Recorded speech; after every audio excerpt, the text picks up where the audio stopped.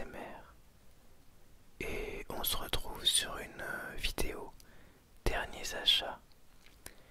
J'ai beaucoup de choses à vous présenter, notamment un Funko Pop, un jeu PlayStation 4, des mangas et beaucoup de Blu-ray. Et on va commencer tout de suite avec le Funko que j'ai trouvé hier dans les magasins Nose pour 6,90 €. Comme vous pouvez le voir, il s'agit de Hopper de Stranger Things. Elle est très jolie. Je l'ai laissée dans sa boîte pour l'occasion. Donc c'est Hopper qui est agrippé par des plantes grimpantes et qui tient un petit couteau dans sa main. Je vais pas la déballer parce que ça ferait trop de bruit, mais elle trône dans mon salon avec toutes mes Funko Pop, notamment de American Gods, Wonder Woman, Game of Thrones, Star Wars, Marvel, Dragon Ball, Harry Potter, etc. Peut-être que je vous ferai une vidéo de présentation de mes Funko Pop dans le futur. Je dois en avoir actuellement une vingtaine, je pense. En tout cas, elle est vraiment très jolie. Et quand je l'ai vue à ce prix-là, j'ai à moins de moitié prix. J'ai pas pu résister. Alors que je m'étais dit que je ne dépenserais plus d'argent. Mais bon, j'ai craqué. Ensuite, on a un jeu PlayStation 4, encore sous blister, que je vais déballer évidemment. Mais j'attends de terminer God of War, que j'avance quelques heures tous les jours. Il s'agit de Spider-Man Game of the Year Edition. Donc un jeu dont j'ai énormément entendu parler. Et en grand fan de comics, j'ai très envie d'y jouer. J'ai déjà vu des gameplays dessus. Ça a l'air vraiment bien. Et j'ai hâte de découvrir l'histoire, qui est une histoire originale. Donc ça c'est très bien. Donc derrière il y a écrit le jeu que tous les fans attendaient, jeuxvideo.com. Digne d'une toile de maître, jeuxactu.com. Puis on a deux images seulement du jeu. Donc Spider-Man sur PlayStation 4 avec inclus le DLC La ville qui ne dort jamais, ainsi que des missions et défis additionnels. C'est un code qui est valable jusqu'en 2022. Donc ça va.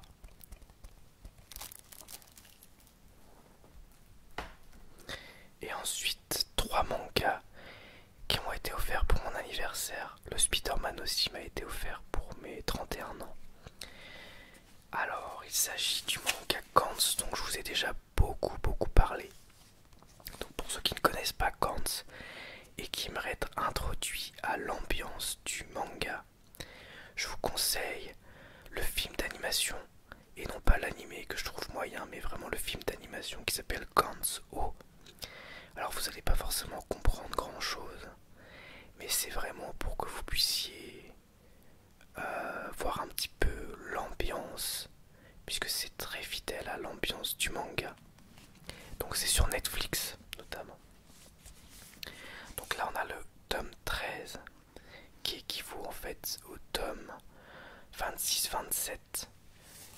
Puis on a le tome 14, tome 28-29 et le tome 15 qui correspond au tome 30 et 31, puisque c'est la Perfect Edition. Donc il y a en fait 2 tomes à chaque fois.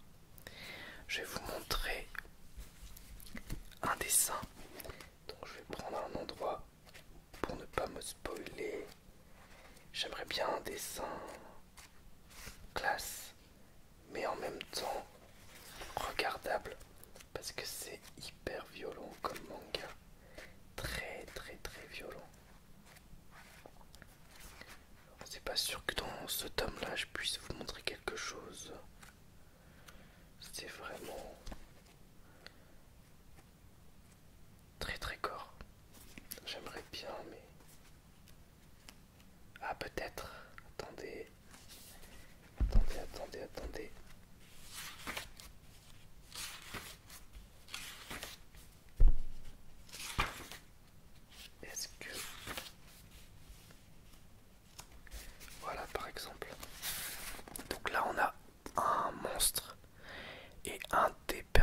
principaux de la série. Regardez-moi ce dessin, c'est hyper classe.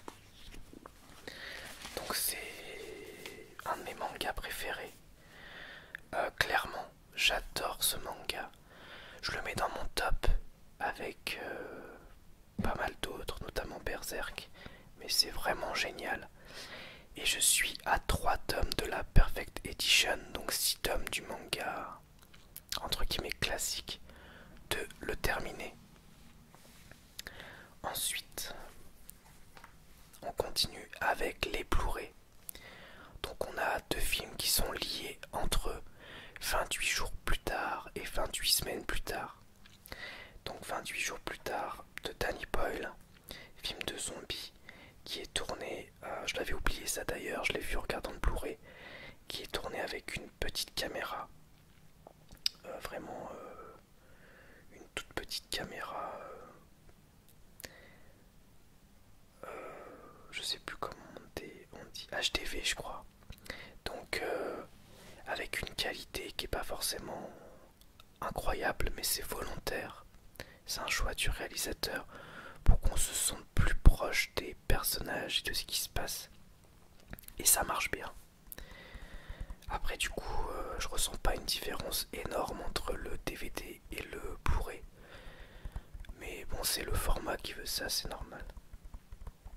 Donc film de zombie de Danny Boyle. Très très bon film de zombie. J'allais dire récent. Mais bon, il est pas si récent que ça, puisqu'il date de 2000. Donc il a quand même 19 ans. Et ensuite, on a 28 semaines plus tard, qui est la suite, réalisée par un autre réalisateur, Juan Carlos Fresnadillo, qui est un bon film. Et il n'égale pas peut-être 28 jours plus tard, il a une ambiance différente. Mais c'est un bon film de zombie que j'ai beaucoup aimé, avec des retournements de situation assez intéressants. Ensuite, on a un classique de la science-fiction, Bienvenue à Gattaca, avec une histoire d'ADN. Alors j'ai plus exactement l'histoire, donc je vais vous la lire. Vincent Freeman, joué par Ethan Hawke, est l'un des derniers êtres naturels nés dans un monde conçu génétiquement. Il ne possède donc pas l'ADN prérequis pour lui garantir le succès. Prêt à tout pour accomplir son rêve d'explorer l'espace, Vincent prend l'identité d'un athlète génétiquement supérieur, joué par Jude Law.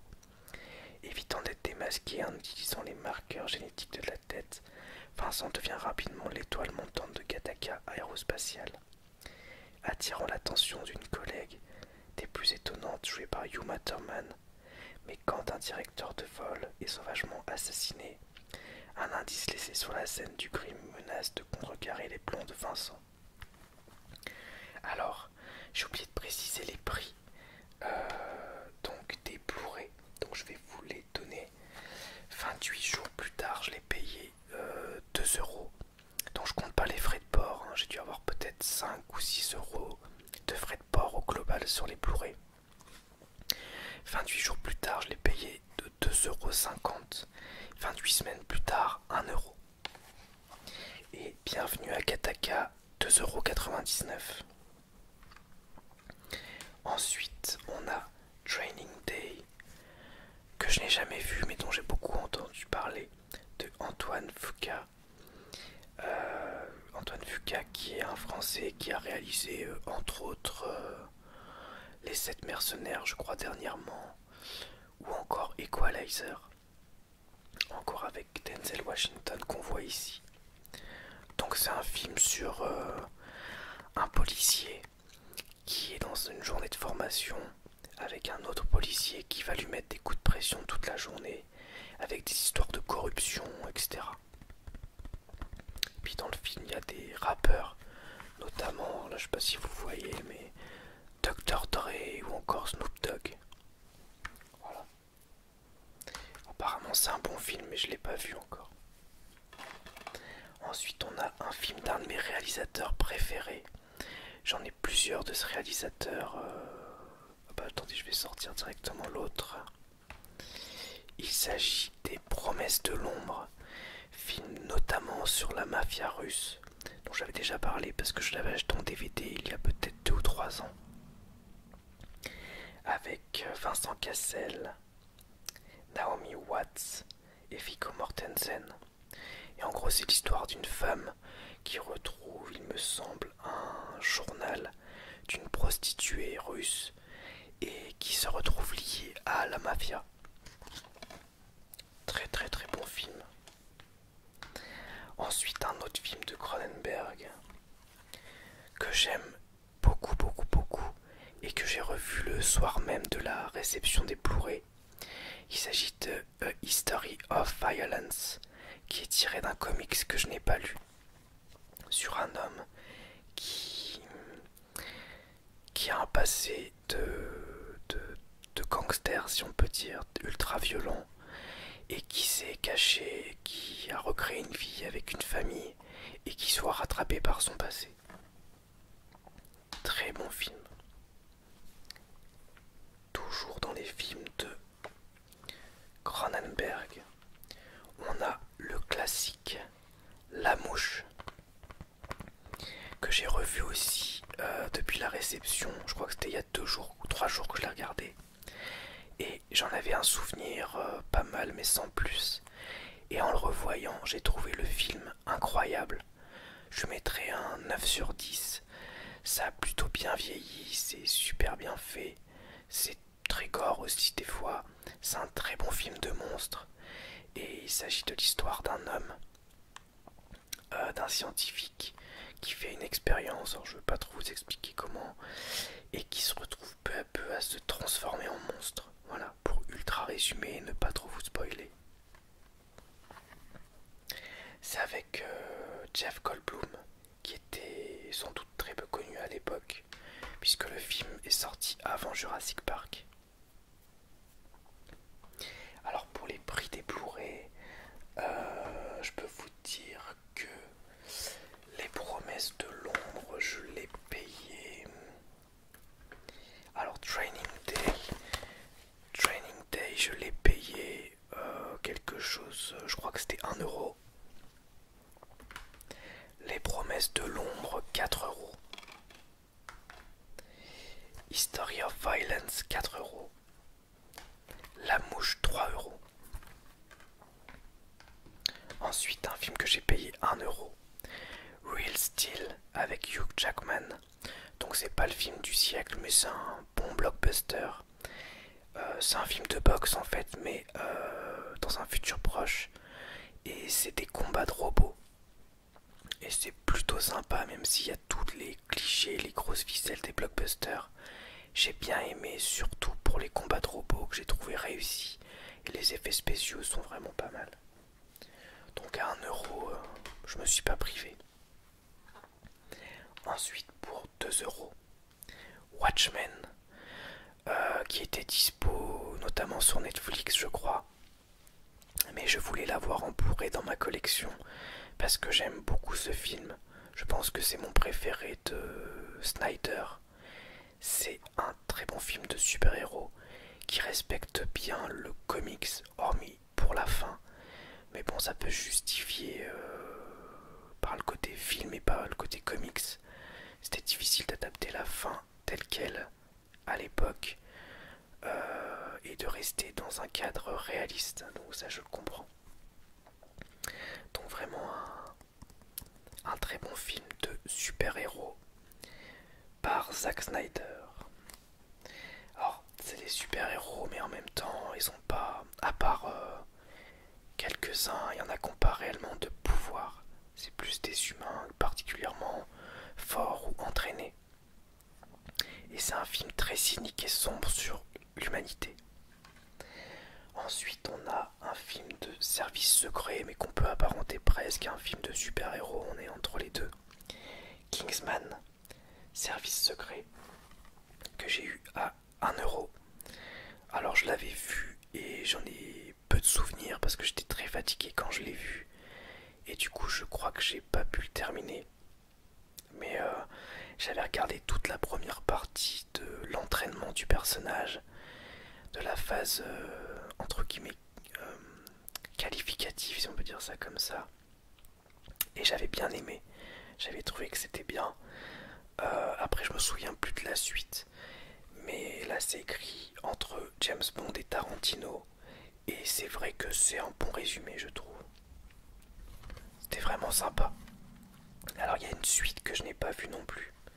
Pour 1 euro, j'allais pas me priver pour le rajouter dans la collection. Ensuite, on a un Scorsese. Et vous savez comme j'aime Scorsese. Avec Les Affranchis, qui est un film sur la mafia. Que je n'ai pas vu depuis très longtemps. Avec De Niro, entre autres. Et bah, je l'ai pas vu depuis longtemps. Donc on a Robert De Niro, Ray Liotta et Joe Pesci. Donc je l'ai pas vu depuis longtemps, mais je pense que je vais le re-regarder bientôt. Et il coûtait 1,99€, enfin 2 € quoi. Ensuite, pour 1 €, Public Enemies, que j'ai vu il y a longtemps, mais je m'en souviens plus. C'est un film réalisé par Michael Mann, qui a réalisé entre autres le film Hit. Donc c'est sur la vie de John Dillinger, qui est joué par Johnny Depp. J'en ai un bon souvenir, même si j'ai oublié beaucoup de choses dans l'histoire. Donc Dillinger, c'est un gangster dans les années... Je veux pas dire de bêtises. C'est pas précisé, je dirais les années 20-30, mais... C'est pas précisé. Donc peut-être que je dis une bêtise. C'est au début, vous savez, des mitrailleuses, des sulfateuses. Et il reste 2 films à vous présenter. Donc on a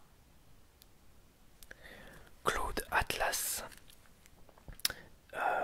des Aronofsky, pardon pas Aronofsky, n'importe quoi. Aronofsky c'est un autre réalisateur qui a fait entre autres Black Swan, Le Catcher, Requiem for a Dream.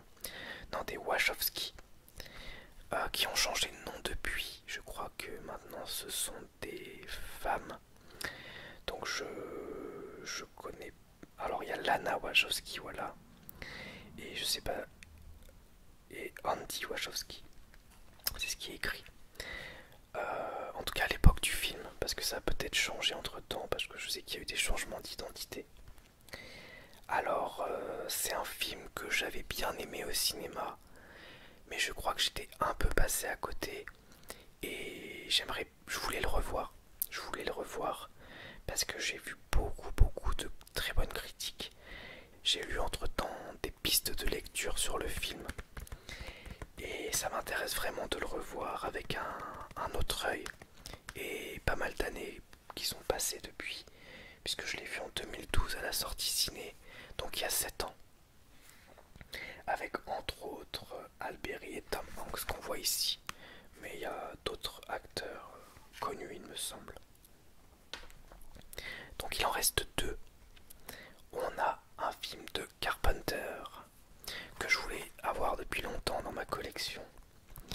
Il s'agit de New York 1997, un film où en fait on a une ville qui est soumise au crime, qui est fermée, et on a un personnage qui est un genre de mercenaire qui est embauché, enfin en fait je crois que c'est un condamné qui est embauché et qui doit aller dans cette ville pour faire une mission dangereuse quoi.